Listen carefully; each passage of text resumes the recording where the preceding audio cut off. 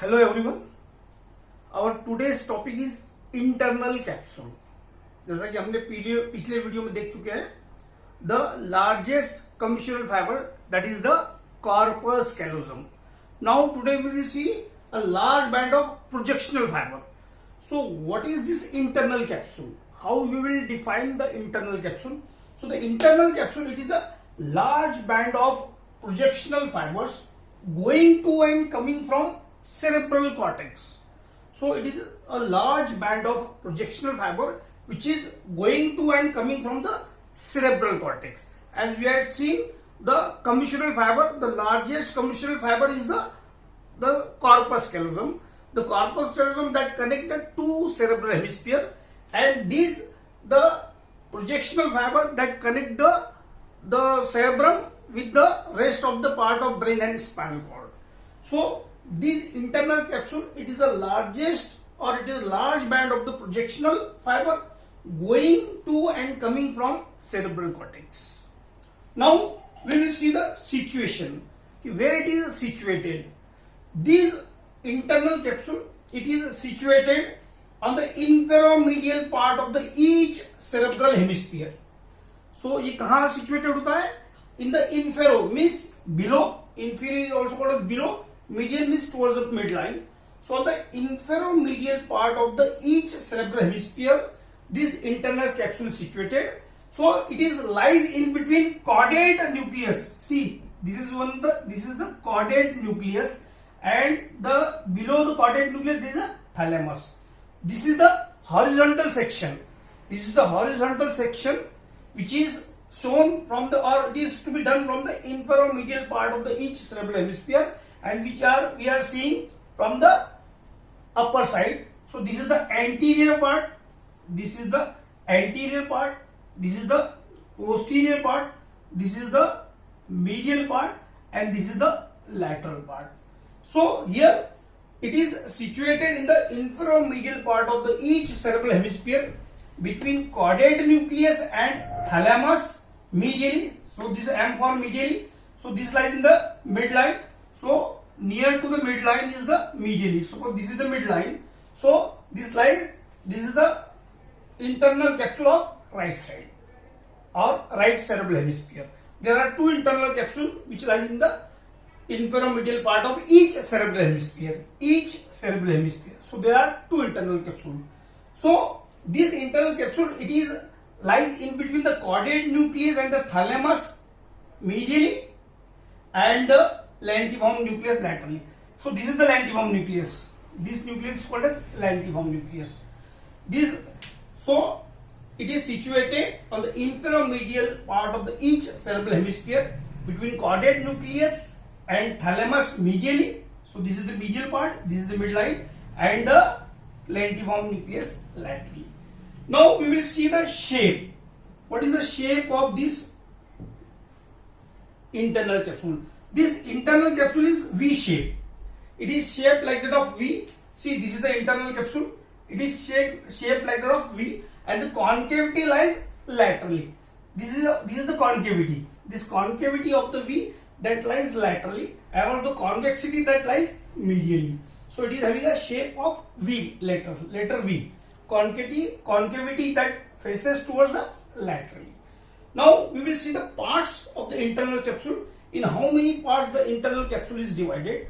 The internal capsule is having main 5 parts. Number 1 is the anterior limb. See, this one is the anterior limb. So this is the anterior limb. This part is the anterior limb. Then the genu. See, this is the bend part. जैसा कि हमने पिछले इसमें देखा है corpus callosum में, corpus callosum में भी जेनु रहता है. Genu means a bend part.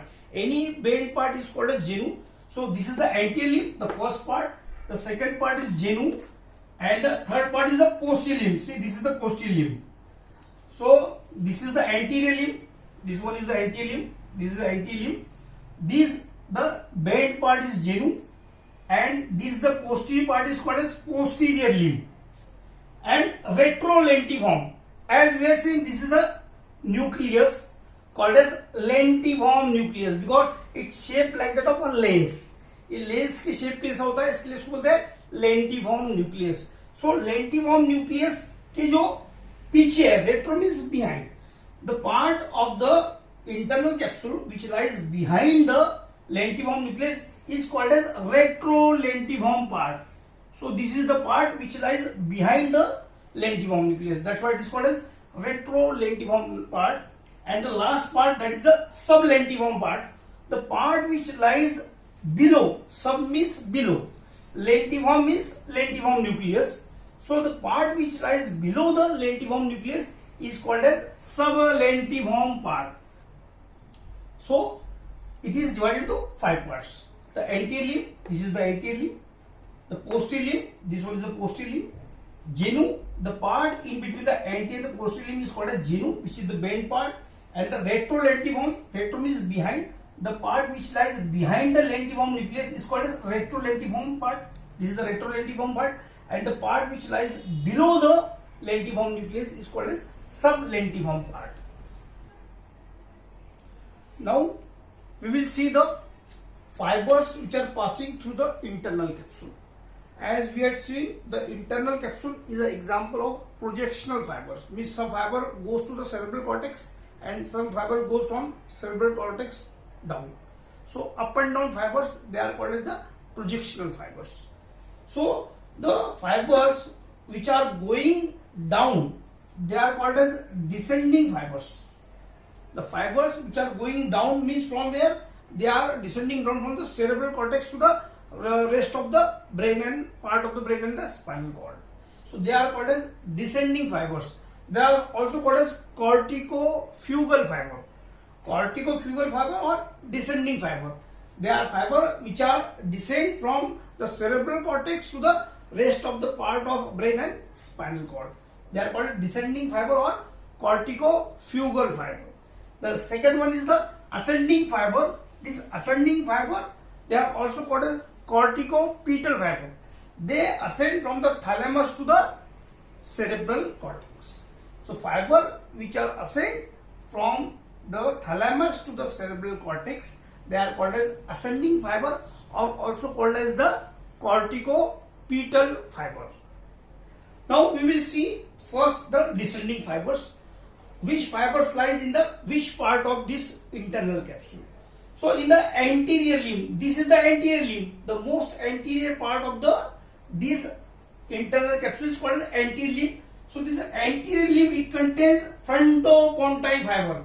These are the frontopontine fiber which lies in the anterior limb of the internal capsule. So this is the descending fiber or the corticofugal fiber. So anterior limb contains the frontopontine fibers.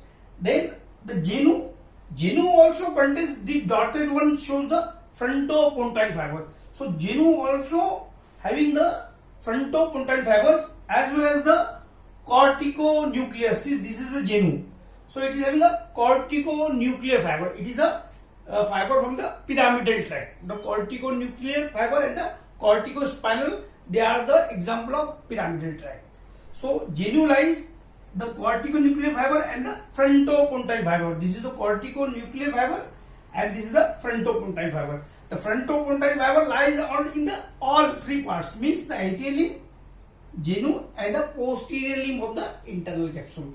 Now we will see the part which lies in the posterior limb. This posterior limb, there is this corticospinal fiber. As I had told you, these are the example of this pyramidal tract. So these are three corticospinal fibers which lies in the posterior limb. Also the frontopontine fiber. This frontopontine, this dot one shows the frontopontine fiber which lies in the or which passes through the this posterior limb of the internal capsule. And also there is this corticorubral fiber. This corticorubral fiber is an example of extrapyramidal tract or extrapyramidal fibers which are not going to the pyramids. They are called as extrapyramidal fiber. So this posterior limb, it contains the corticospinal fiber, frontopontine fiber and the corticorubral fiber. Now we will see the retrolentiform part. This part is called as retrolentiform part. This retrolentiform part, it contains the fiber of paritopontine and the occipitopontine. The fibers which are parieto-pontine means which are going from parietal lobe to the pons and from occipital lobe to the pons. They fibers, they lies or they passes through the retrolentiform part. So PP for parieto-pontine, OP for occipito-pontine. Now we will see the sublentiform part. The part or the sublentiform part in which the fibers passes from the sublentiform part, they are the temporopontine and the parieto-pontine. This parieto-pontine and the temporopontine fibers, they are passes from the sublentiform part. So this is the descending fibers, also called as corticofugal fibers, which take message away from the cerebral cortex and which are sensory in nature, that is the ascending tract, which takes the message to the cerebral cortex through the thalamus. And this is also called as the ascending fibers or ascending tract, also called as corticopetal fiber. Now this anterior limb, it contains the anterior thalamic radiation. This ATR, anterior thalamic radiation. This is the anterior limb. It contains the anterior thalamic radiation. Then the genu, it contains the anterior part of the superior thalamic radiation. This is the genu. So it contains the anterior part of superior thalamic radiation. Then the posterior limb, it contains this superior thalamic radiation. So rest of the part of the posterior part of the superior thalamic radiation lies in the posterior limb of the internal capsule. Then in the retrolentiform form, there is this is the retrolentiform, the optic radiation. It contains the optic radiation which goes posteriorly on the occipital pole. And the sublentiform part, that is the last part, the sublentiform part, it contains the fiber of auditory radiation. The fibers which are responsible for audition, they are passes through the sublentiform part. So these are the ascending fibers which passes through the internal capsule. So these are the fibers passing through the internal capsule, descending as well as ascending. Now we will see the artery supply of internal capsule. So how the internal capsule is supplied by the which arteries? So it is supplied by the central branch of middle cerebral artery, central branch of anterocerebral artery, also called as Hubner's artery, and the central branch of posterior communicating artery, and also by the central branch of anterior carotid artery, which is ultimately the part of the it is a branch of anterior cerebral artery.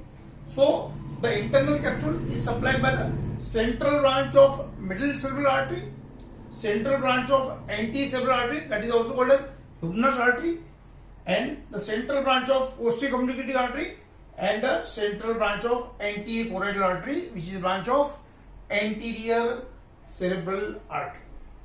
Now we will see the clinical significance or clinical anatomy. So this lesion of the internal capsule is always vascular.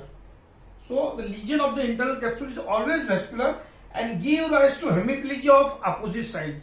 Suppose the lesion occurs in the right side, there may be the hemiplegia of left side. If the lesion occurs in the left side, there will be a hemiplegia of right side. So lesion of the internal capsule is vascular and give rise to hemiplegia of opposite side. So hemiplegia of opposite side, and it is generally involved due to the problem or lesion in the middle cerebral artery. So in the lesion in the middle cerebral artery, or there is a disturbed blood supply from the middle cerebral artery, causes the hemiplegia of opposite side. If lesion occurs in the right internal capsule, then the hemiplegia of the left side will occur. If the lesion will occur in the left internal capsule, then the hemiplegia of the right side of the body will occur. So this is all about the internal capsule. Thank you.